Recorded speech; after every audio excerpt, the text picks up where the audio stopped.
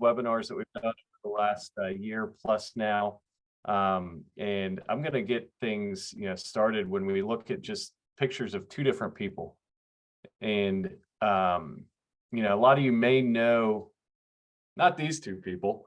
Of course, we wanted to look at these, but, also we wanted to kind of start things off with a little bit of a story. So you guys may know at least one of these folks. One of the, faces here may look a little bit familiar, but possibly not the other one. And the guy on the left is famous, for delivering a talk that was based on answering this question. What wisdom would you try to impart to the world if you knew it was your last chance? So as we talk about, legacy, we wanted to start by, looking at a situation and an example of somebody named Randy Pausch. Randy was a father, a husband, and a computer scientist at Carnegie Mellon University in Pittsburgh. And Randy had been diagnosed with pancreatic cancer when he was asked to give a last lecture, which was a series where professors would imagine what they would talk about in their final lesson. And while a number of different professors, delivered these last lectures, not many delivered it under the circumstances that Randy did, which made his lecture even more compelling. His talk was recorded by, some students at his school, and it really became a YouTube sensation. He, later was on Oprah, Good Morning America, and, then he ultimately came out with a book entitled The Last Lecture. So just kind of, thinking about that story, it's really remarkable because it showed really great human resilience in the face of a personal tragedy. Randy knew that his time on earth was limited, and we all kind of know eventually we're going to pass away. We're going to be faced with our own death at some point down the road, but it's not many of us who actually get the opportunity to really think about what that means and, kind of plan more, for the time when that's coming, right? So you can see kind of a few key quotes from the last lecture, and I would invite you can even just type in Randy Pausch into Google or YouTube, and you'll see all kinds of different things, to kind of go deeper on this. But some of the key quotes, the key question to keep asking is, are you spending your time on the right things? Because time is all that you have. One that we've heard, in a number of different areas as well is be prepared. Luck is truly where preparation meets opportunity. And the last one that we, list here, to be cliche, death is part of life. It's going to happen to all of us. I have the blessing of getting a little bit of an advance notice, and I'm able to optimize my use of time down the home stretch. Right. So like I said, not many of us have that, blessing or curse, depending on how you look at it. And we can look at an example of, somebody who didn't get that, right? Details of Randy's death really are in huge contrast to what happened with James Gandolfini. If any of you are Sopranos fans or that HBO series, you probably recognize this face, and you probably know a little bit about how James Gandolfini passed away. It was pretty sudden on a trip to Italy when he was 51 years old. Nobody saw it coming, and unfortunately, he hadn't really done a very good job of planning his affairs. And he left 80% of his estate to sisters and a daughter in a way that it triggered a $30 million tax bill. Nobody wants to, pay extra taxes. But unfortunately, if we don't kind of plan the right things, ahead of time, then, the federal and state government can really benefit, from an untimely death, right? So if you were a fan of The Sopranos, you probably remember how Tony passed away. He's arranging a family dinner at a local diner. And first, his wife Carmela arrives, then his son AJ, and he orders the fried onion rings for the table while they wait for his daughter Meadow. Tony keeps looking for the door, keeps looking at the door, waiting for his daughter to arrive. Camera jump cuts to the daughter outside. She's trying to park her car and then jumps back to Tony. Tension is building. Everybody's waiting. He keeps looking up. We're all wondering what's going to happen. Who's going to come to the door? Is it Meadow? Is the mafia hitman coming? And then the screen goes black. So, welcome to our planning session this evening. 6 steps for legacy planning for the generations. Again, my name is Emmett Corboy. Marcus Rather is going to start to walk through some of these 6 steps, but we thank you all for joining us here this evening. And that's an outstanding story between the two different scenarios. It's very funny also that you mentioned, death is a part of life. That's the one thing that's kind of sitting with me right now from one of those quotes. As we look at the screen, there was a Gallup poll that showed 55% of adults who do not have a will. And this is one of those poll questions that I did want to introduce. First poll question, if you're participating, we're going to allow probably about 30 seconds just to keep the ball rolling. But question 1, hopefully that you can see on your screen or on your tablet or device, is have you gathered your important papers together in one place, including birth certificates, marriage certificates, divorce decree, death certificate, or a prior spouse, etc. Just curious to know for our participants, have you gathered those important papers together in one place? I'm getting a few answers in here. Just going to allow probably about 10, 9, 8, 7, 6, 5, 4, 3, 2, 1. All right, perfect. So interesting enough, I'll share those results, but it seems like we kind of have a split. Most people are saying yes. Only a few people have not taken that time to get those different documents in order. There's a second question I'd like to ask here. We'll just go with this question. Have you thought about how you want your assets to be distributed after your passing? Has anyone put that consideration in?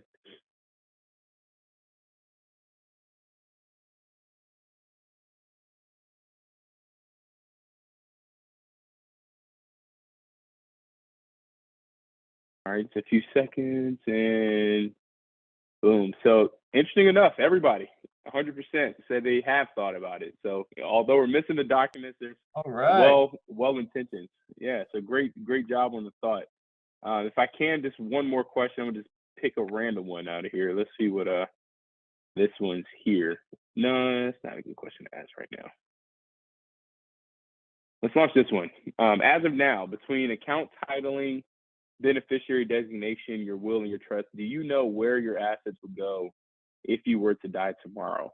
And equally important, if you know where they were to go, is that what you want?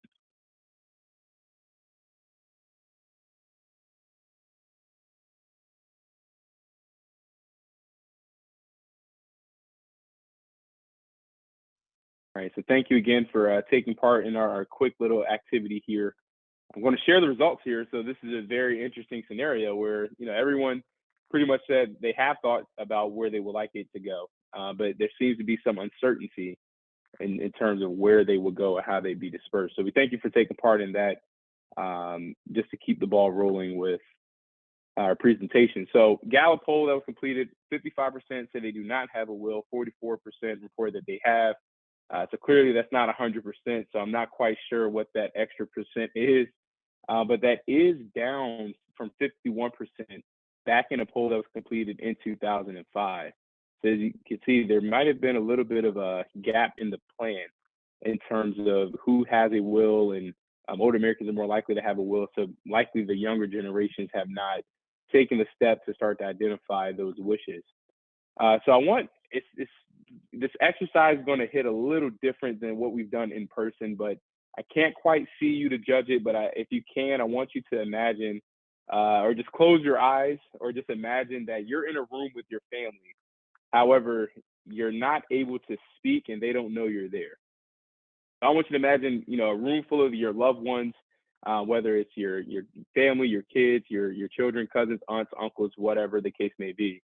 But I want you to imagine you're in that room and you have this invisibility cloak on. They don't know you're there. And unfortunately, you can't tell them what you want, but they're grieving your loss, right? You're physically not there. What does that room look like, right? What are the conversations that are being had in the room? Who is grieving? Who's trying to get things in order when they're talking about your affairs? Do they know where to go? Do they understand your organization? Do they know exactly where to find the things that are important? Whether it is financially or whether it's, nice jewelry that you have, precious items that you hold close. Do they know what they are? Do they know where to find them? Right. And I want you to think about, where they can identify where those things are listed out. Because on the screen, as you can see, a death with no will or trust, it leads to some confusion. And in the presence of a stressful moment, whether you're incapacitated or you're no longer here, that just elevates those emotions. So death without a will or trust, it just leaves no official direction to guide your family. Family members may disagree about your wishes. Of course, naturally, you know what your wishes are, but oftentimes your plans aren't effectively communicated with your significant other, with your family. And then what can possibly happen is that your estate can go into probate, and then it's divided according to state law, which may or may not be what you want. And equally important, there's no final message to the family. So aside from financial, there may be a word, a message, or something that you would like to convey to your family that's no longer left behind. Now, aside from passing away, incapacity, you're still here, but you're not here, right? So say, for example, you suffer a stroke, or if you get hit by a bus and rather than dying, you end up in a coma. Some ways that's actually worse, because now your financial assets, if they're not jointly registered or jointly owned, those are only under your discretion. So aside from financial, no one knows your medical wishes. How would you like to be cared for medically, right? No one can be appointed to make medical decisions as well as financial decisions if you're still alive, but in incapacity.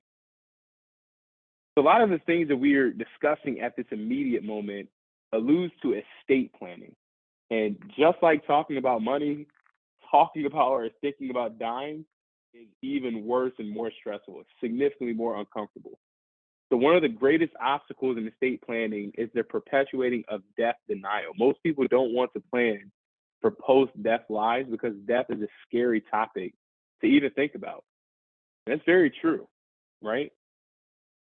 So what happens when you don't have an estate plan is that, heirs may be subject to a number of obstacles, such as probate, creditors, lawsuits, judgment, legal fees, all of which can compromise the value of the legacy. So a few common estate planning problems are, again, if you don't have a will, or maybe you have a trust, or maybe you do have a will, but it hasn't been updated. If you have a trust and maybe that trust hasn't been properly funded, that's one of the worst things to experience. Unfortunately, I have a client that recently lost her father, and her father did have a trust, but the accounts and the assets that he wanted to pass on was not funded to the trust. So now those assets had to go through probate. So no will, or if you don't have a trust, or maybe you have a trust and accounts aren't properly registered and funded to the trust, or no advanced healthcare directive to outline, the medical wishes that you would like to have. There are overlooked provisions such as guardianship for minors. Naturally, you would say clearly family will step into play, but is there a legal document that will list who would be the guardian for any minor that's in your plan? There's no tax plan, right? And then there's financial stranges, such as cash shortages, or maybe there's a miss of replacement of income, or whatever the case may be. So clearly, that's not a good picture. That's one of those things that lead to the do nothing plan, which very seldom do we suggest. So here's some of the benefits of estate planning, and I'm emphasizing estate planning for a specific reason. So estate planning, it spells out your healthcare wishes. It, makes sure that those prized possessions, the fruits of your labor that you worked so hard and so long to accumulate and earn, it makes sure that those are passed down to the people that you want them to be passed on to.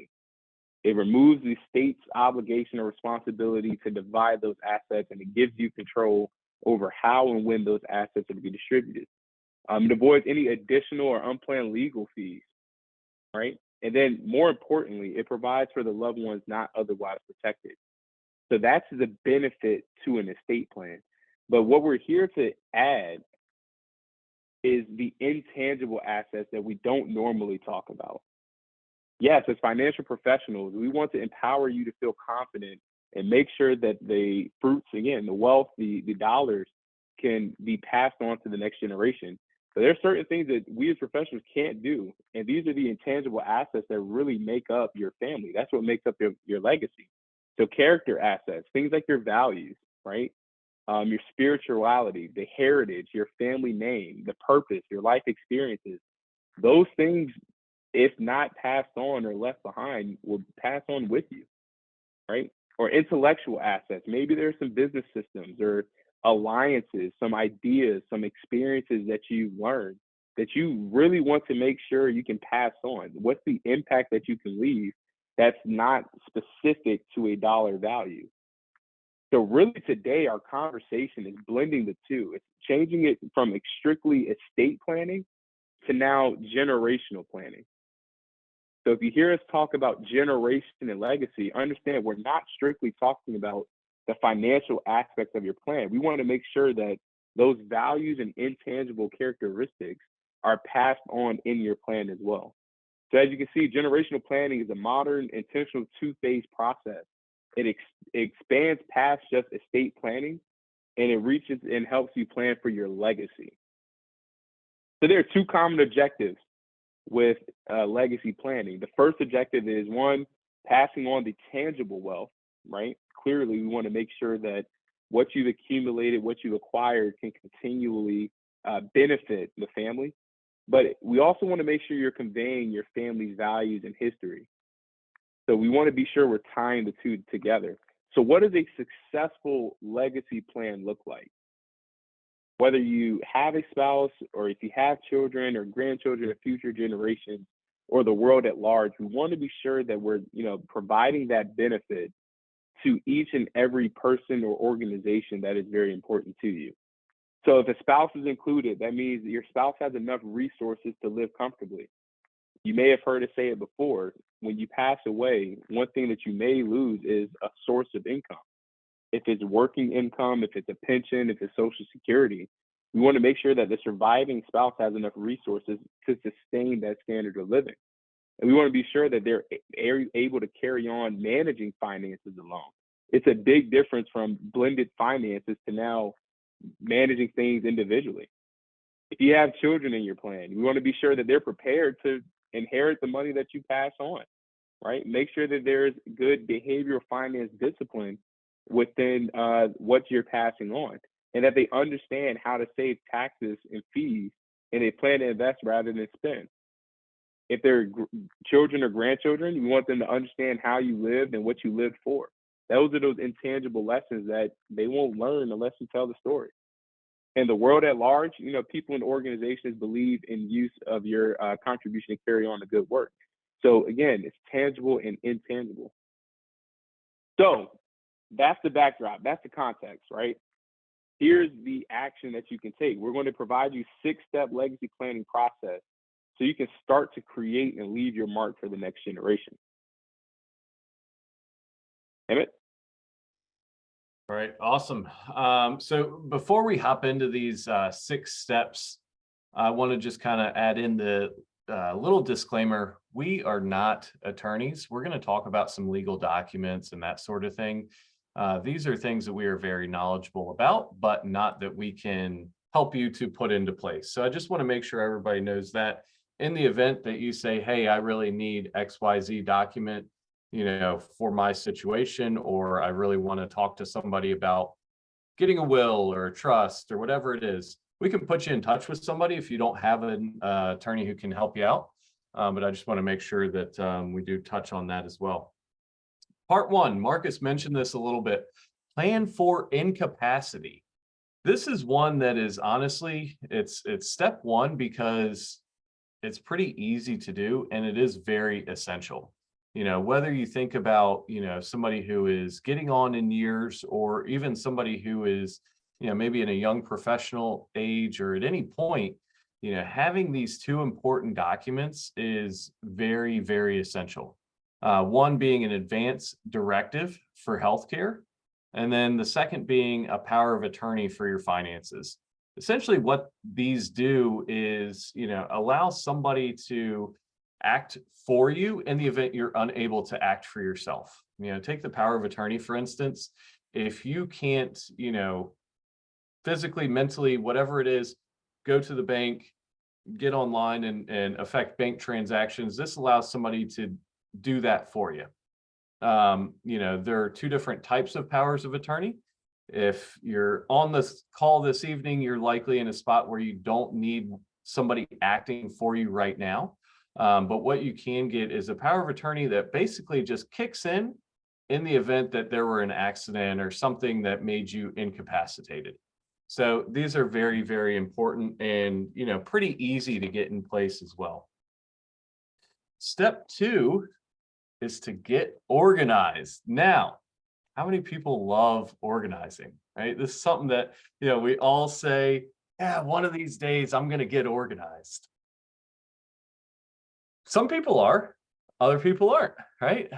If you're like me, maybe you say, yeah, one of these days, and every day you say that, and you kind of take steps piece by piece, but maybe never really get exactly to where you want to be.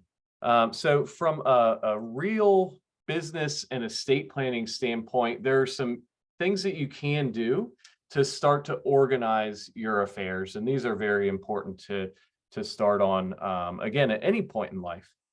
First is, identifying property so you know how to divvy it up among your beneficiaries. Again, that can be your bank accounts, investment accounts, IRAs, could be, real estate, whether it's your primary residence, your vacation home, your rental property, whatever it is there. Second thing is determining if your estate will be subject to estate taxes. And some states have, an estate tax that, kicks in at a lower number than the federal number. The United States federal estate tax isn't levied until somebody has over $12,920,000 in their total estate. So keep that in mind. We hear a lot about, death tax or estate tax. If you're over that, we'll just call it $13 million mark, you're going to have taxes on the amount over that. Vast majority of folks obviously are under that number. So estate taxes might not come into play. Now, that being said, there can be taxes on other assets that you do pass along. For instance, tax deferred accounts, whether it's annuities or IRAs, those do have taxes, when you pass those down. You want to also, get organized so that you can make it easy on others, right?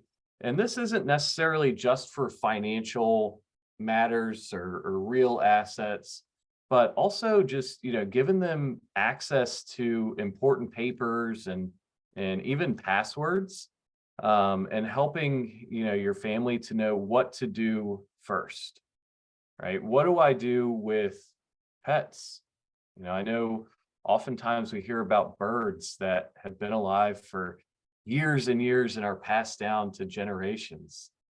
So if you have an animal that could likely outlive you, where do you want that animal to go, right? It's important to care for, your pets, even if you're not here. And providing special instructions and explanations even for your decisions. Unfortunately, oftentimes, some of the things that, families fight about and can tear families apart, and some of you may have lived through this, is not being on the same page with things.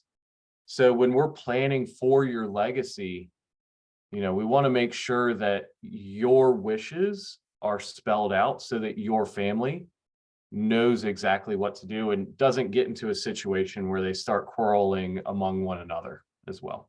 Right. So special instructions can help out a lot with that. Step 3 is, think about the people that you love and the causes that you care about. Right. As we help people to really plan, for retirement, not many people come to me and say, Emmett, I want to spend every single penny and I know exactly what day I'm going to leave this world. Right. So what we try and help people with is to not run out of money, right? And make sure that they have something left over. Well, eventually that's going to go to somebody, right? So we want to think about, who is that going to go to? And, if it's not a family member, what charities or what special causes might that be? But we also want to consider, contingencies and special situations. You know, what if the spouse dies first, right? What does that mean? Do we want things divided equally among kids? Do we want it based on need? Maybe, we have 3 kids and 2 of them are, high earners and one of them is a lower earner, right? And they, have a lot more financial need, right? Well, does that mean that you want to pass more down to that third child? Or do you want to just split it up evenly? Right? Each person is different. So there's no right or wrong answer. It's your answer, right? Another thing that's important to think about as well is, are there any, situations where maybe you have a child that you don't feel is ready to handle an inheritance, whether it's just a maturity issue or, if there's a special needs situation involved, right? A trust, it's said oftentimes that a trust allows you to control an asset from the grave. So that's where things like a trust can certainly be beneficial, because it can literally spell out exactly how, dollars can be used and when, people can qualify to make withdrawals from the trust as well. You also want to think about, okay, well, is there anything that may be more effective to pass to grandchildren, or that sentimentally, especially maybe it's, memory type assets or, jewelry or anything along those lines, maybe is better to pass to friends or other relatives rather than directly just to the children, right? Another kind of the last thing on this, and then we'll move on, is, you want to prepare your beneficiaries for their inheritance, right? Use the time that you're planning all of this to take a couple minutes and talk with your spouse, talk with your children, help to, encourage your children to plan to invest rather than plan to spend, right? As a financial advisor, I've seen people who receive inheritances and treat them 2 separate ways, right? Some people treat it like it's, a lottery ticket or lottery winnings, and it's gone within a few years. Other people treat it as, well, mom or dad left this to me and I need to, really take care of it. And I want to pass this down to my children as well. Now, that's not to say that they don't use the assets at all or spend any of the money, but it allows that to, grow more for both themselves as well as for future generations, which, can really leverage that legacy as well.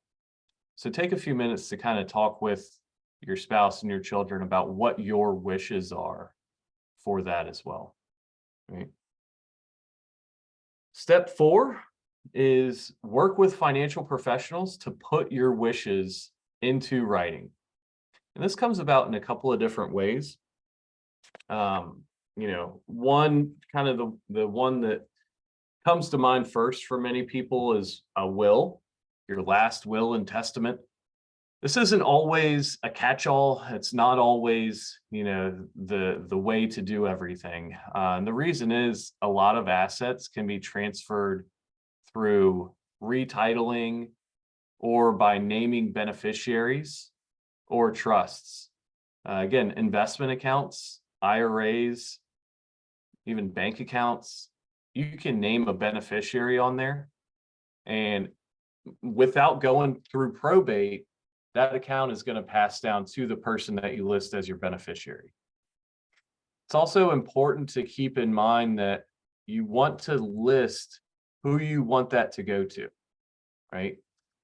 Again, you might be in a situation where you have 3 children and you trust one of those children to take care of everything. Well, you should still list all 3 if you want that divided equally. Otherwise, that one child could potentially inherit more of a tax bill than the other 2 children as well. So, and that's kind of dependent account by account. So your account wishes need to be coordinated. Some estates obviously can be more simple than others. So it's best to just talk with an attorney and see where you're at. And if you have questions about your own personal situation, before you go into an attorney's office, you can obviously, come speak with Marcus and myself, and we can kind of let you know, a little bit of some of the documents you may need to have in place as well. And step 5, this is where this is, I think, kind of, some of the more fun parts of legacy planning.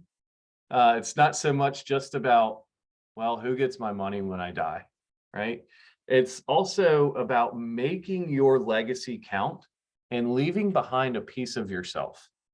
So, when you think about your family legacy, this is more in the neighborhood of, memories, could be, things that you maybe experienced in life that you want your children or grandchildren to know about, but can never quite find the right time or situation to talk with them about it.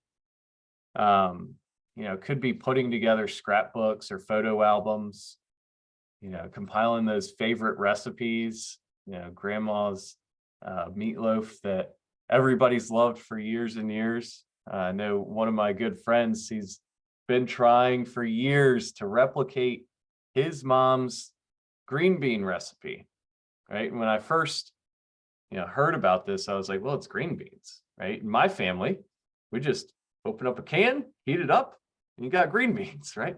Well, this is a big Italian family that he came from, and I tasted these green beans once, by far the best green beans I've ever had. They had so many different types of spices and flavors, and it just was absolutely delicious. And I said, Joe, that's best green beans I've ever had. You got to be happy with this. He says, it's not mom's, right? So, maybe you kind of put that recipe together, and even if you want to hold on to it while you're here, you want to pass it on, after you're gone as well.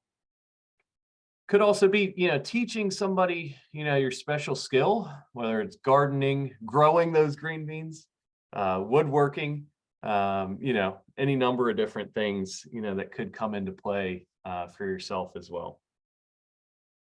Step 6, like so many things in the world, things change in life. So it's very, very important to monitor and to update your strategy. If you're a client of ours, that we strive to get together on a frequent basis. So you want to do the same thing when you think about your legacy plan as well. Whether it's people getting married, divorced, folks who pass away, new children or grandchildren who are born, could also be change your mind about something. I've had clients who have said, hey, I need to add this person on as a beneficiary, or I need to remove this person as a beneficiary. These things change, and you want to make sure, because we never know what's going to happen tomorrow. Want to make sure that you make changes, as needed, and that you review all of this as well. Otherwise, you could be in a situation where, the wrong people, could inherit what you have as well.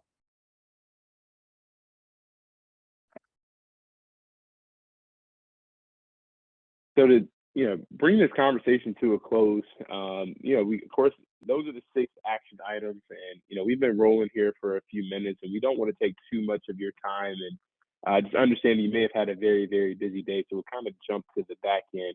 As we're closing, please feel free to utilize the Q&A section of Zoom to share any questions that you have or any feedback, but to just bring it to a full round close, there are about 2 stories that I can think of. I don't want to tell too much of one story because it's not my story, but the time that we did this presentation in person, our host, our manager, he has shared his experience, something that he'll say is a close call. And a lot of the things that were on his mind as he was going through his experience was more of that intangible aspect of the legacy plan. He felt very confident that his wife and family financially would be okay. They'd be able to sustain their standard of living. He felt that his wife would be able to handle the finances. He felt that he had a good team of professionals surrounded around his family to work with his family. But a lot of the things that resonated in his mind were, would his children really remember or know him for who he was as a man, as a father, right? So one thing that he did as he, healed through his experience was he started to write a letter to each of his children, to his wife, that in the event that he's no longer here, they can go back and reflect.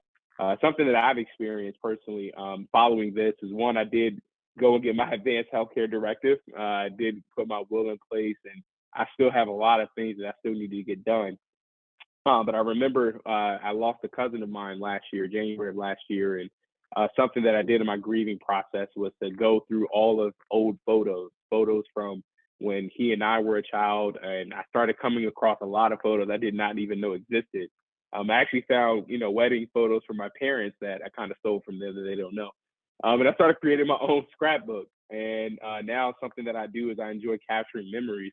So now whenever I have photos that I take on my phone, I download them and I put them in a little bit of a photo album, a scrapbook.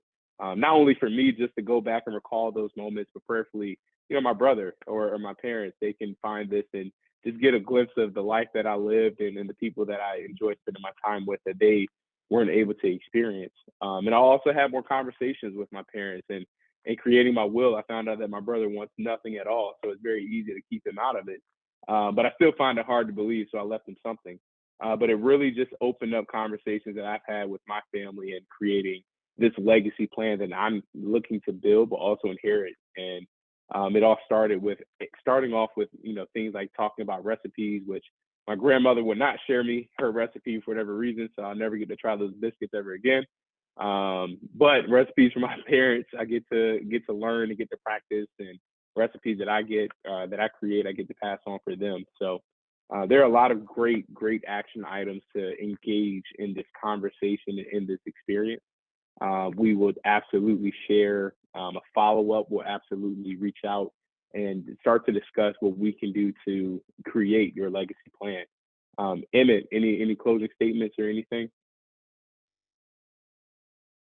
No, I mean, I think that all, you kind of, hit the nail on the head. I know me personally, I, started a family, got married 4 years ago, and we had our first kid, first child 2 years ago, and now we've added our second on as well. So, one thing that I try personally to do to pass on kind of some of these memories is, I set time aside to journal each week. Right now, that journal is kept completely private, unless there's something I want to share with my wife. But I do think about, like, if I'm not here, right, and somebody reads this, what will they, glean from it, right? I'm a big picture taker.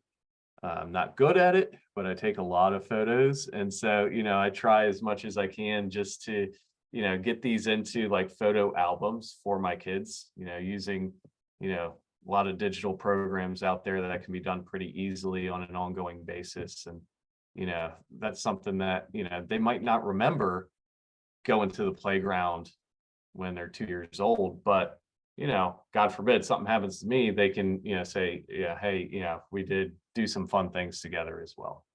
Right. Um, Definitely get sentimental, so I won't follow up with that. But we thank you for everyone that stuck with us this far throughout our experience this evening, and we hope that you found a lot of value and have a few different items that you're excited, that you look forward to start to knock off this to-do list and creating your legacy plan. No, nothing came in the Q&A, so with that, I bid everyone a good evening. Until the next experience next month, we can't wait to see you. And please feel free to share this information and tell a friend to join us the next time. Thank you all so much. Have a great night.